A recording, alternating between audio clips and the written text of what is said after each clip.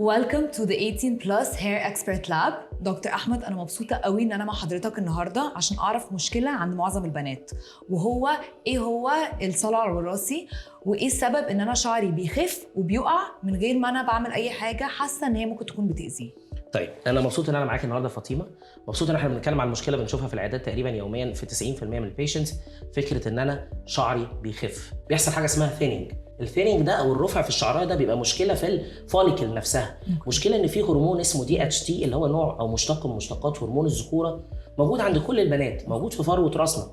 شعرتنا بتبقى سنسيتيف بزياده ليه، فبالتالي يبدا يشتغل على الشعر ويعمل حاجه اسمها مينيتشرايزيشن، ترفع تدريجيا وتختفي.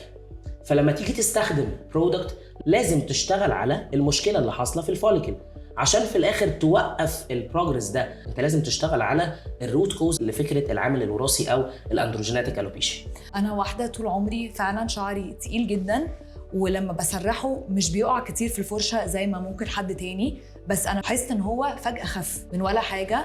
واول مره اسمع ان هو ممكن الموضوع مش بس ان انا احط برودكتس على شعري عشان اعالجه، بس ان ممكن الموضوع يبقى حاجه هرمونال. بالظبط، هي الفكره هرمونال بس لوكال في الشعرايه. معظم البنات ومعظم الستات بتعمل التحاليل وتبقى نورمال. عشان كده استخدام برودكت زي 18 بلس بالRCP كومبلكس إريدنسيل والكابيكسيل والبروكابيل اللي عليه داتا قويه جدا بيروح على الريسبتور او المستقبل ده ويعمل له بلوك. انا مش عايز الهرمون ده يشتغل على الشعرايه. وكمان مش بس كده، ده في الماتشا حبيبه الجميع. لا ثانيه واحده، ايه علاقه الماتشا بحاجات الشعر؟ بصي بقى، الماتشا الفكره انها سورس للكافيين. الكافيين بيشتغل على المايكرو سيركيوليشن او بيشتغل على الشعيرات الدمويه اللي موجوده في الشعر او في الفوليكل، بيزودها زي برودكتس الشعر ما بتعمل او حاجات تانية بتعمل. بس الكافيين بيشتغل لوكالي، يزود المايكرو سيركيوليشن، يحسن الدوره الدمويه للشعرايه، يقلل فرص انها تقع او يحصل ثيننج. فالماتشا مش بس ممكن نشربها، دي موجوده في البرودكتس بتاعت 18 بلس. طب خلاص كده، انا عايزه اعرف بقى من الاخر ايه احسن بروتوكول امشي عليه عشان ارجع اقوي شعري تاني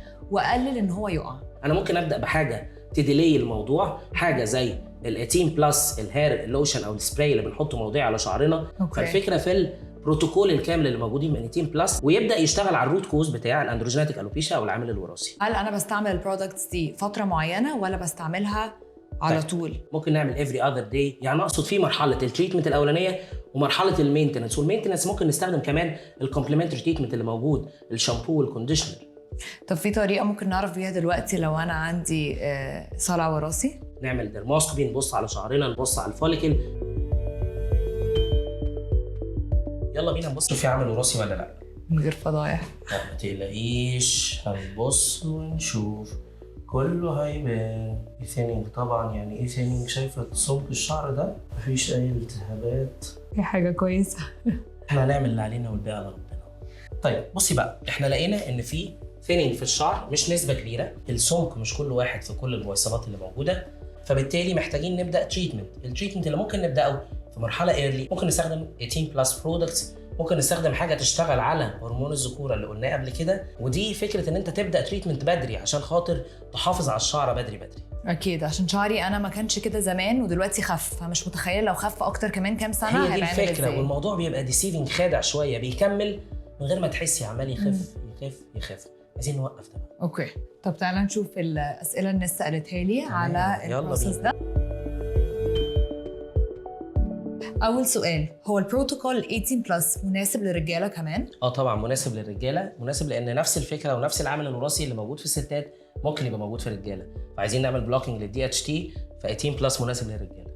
اوكي، طب ايه اهميه ال 18 بلس سكراب في روتين الهير لوس؟ وانا اصلا اول مره اسمع ان في حاجه اسمها سكراب للشعر. السكراب ده بقى حوار لوحده. السكراب مهم لكذا حاجه. مهم ان انا اولا بحسن الابزوربشن او امتصاص العلاج بتاعي، فاستخدام السكراب ريجولرلي قبل الشامبو بيقلل فرص ان يبقى فيه اي اتربه، بيبقى فيه اي قشور على فروه راسنا، يحسن الابزوربشن. وايه الخطوات اللي بعد الشامبو السكراب عند ال 18 بلس سبراي؟ طيب، هي فكره ان هو بيديكي سولوشن لكل حاجه انا محتاجها في تريتمنت الشعر. يبقى معايا الشامبو والكونديشنر، يبقى معايا سكراب قبلها ب5 دقائق او 10 دقائق بعمله لفروه راسي عشان يشيل كل الدبري زي ما قلنا قبل كده. مش لازم كل يوم اعمل السكراب والشامبوينج، انا ما بحبش ان احنا نغسل شعرنا كتير، ماكسيموم مرتين في الشتاء، 3 مرات بالكتير قوي في الصيف. وهو السبراي بيتحط اخر حاجه وانا بستحمى ولا بعد؟ بصي، هي الفكره ان السبراي ده هنستخدمه كل يوم، فمش كل مره هنحط السبراي لازم نعمل السكراب والشامبوينج قبلها. فالسبراي بيتحط على دراي هير عادي، على شعر ناشف عادي. ممكن في المرات اللي بنغسل فيها شعرنا نحطه بعد ما ننشف شعرنا خالص، بس مش كل يوم بنغسل شعرنا. اوكي، وبيتحط فوق هنا مش بس على القلب؟ لفروه الراس. أوكي. نعمل تدليك خفيف لفروه راسنا، المنطقه مينلي اللي بيبقى فيها المشكله، اللي بيبقى فيها سنسيتيفيتي او حساسيه تجاه هرمون الذكوره زياده، دي المنطقه اللي انا بتارجت بالعلاج بتاعي. ناس كتير بتشتكي ان بالتريتمنت بيطلع لهم ان شعرهم بينشف او بيطلع لهم يعني جفاف عالي في الشعر. طيب الشكوى دي بنشوفها كتير، بس مش بس بتبقى من التريتمنت، بتبقى من الاويلنج اللي بيعملوه، الزيوت الكتير اللي الناس بتحطها على شعرها. بيشتكوا بعد كده من اكزيما دهنيه، من قشور في فروه راسنا، بيشتكوا ان فتله الشعر نفسها بيحصل فيها مشكله. عشان كده السكراب والكومبلمنتري تريتمنت اللي موجود في 18 بلس ده هيساعدني ان يقلل الشكاوي اللي بتبقى مع اي علاج للشعر. وطبعا اكتر سؤال كل حد بيساله، امتى هشوف النتيجه؟ الشعر بقى مشكلته الناس مستنيه ان هو في اول اسبوع يلا بينا هحس بالنتيجه. البروسيس نفسها عشان يبدا يشتغل على الريسبتور ده وعشان يبدا يلاقي نتيجه مش قبل 4 to 6 ويكس. لما نلاقي لو في هير لوس او لو في تساقط، دي اول حاجه المريض بيحسها، التساقط بيبدا يقل. اوكي، ثانك يو قوي دكتور شكرا ليك يا احمد. فاطمة.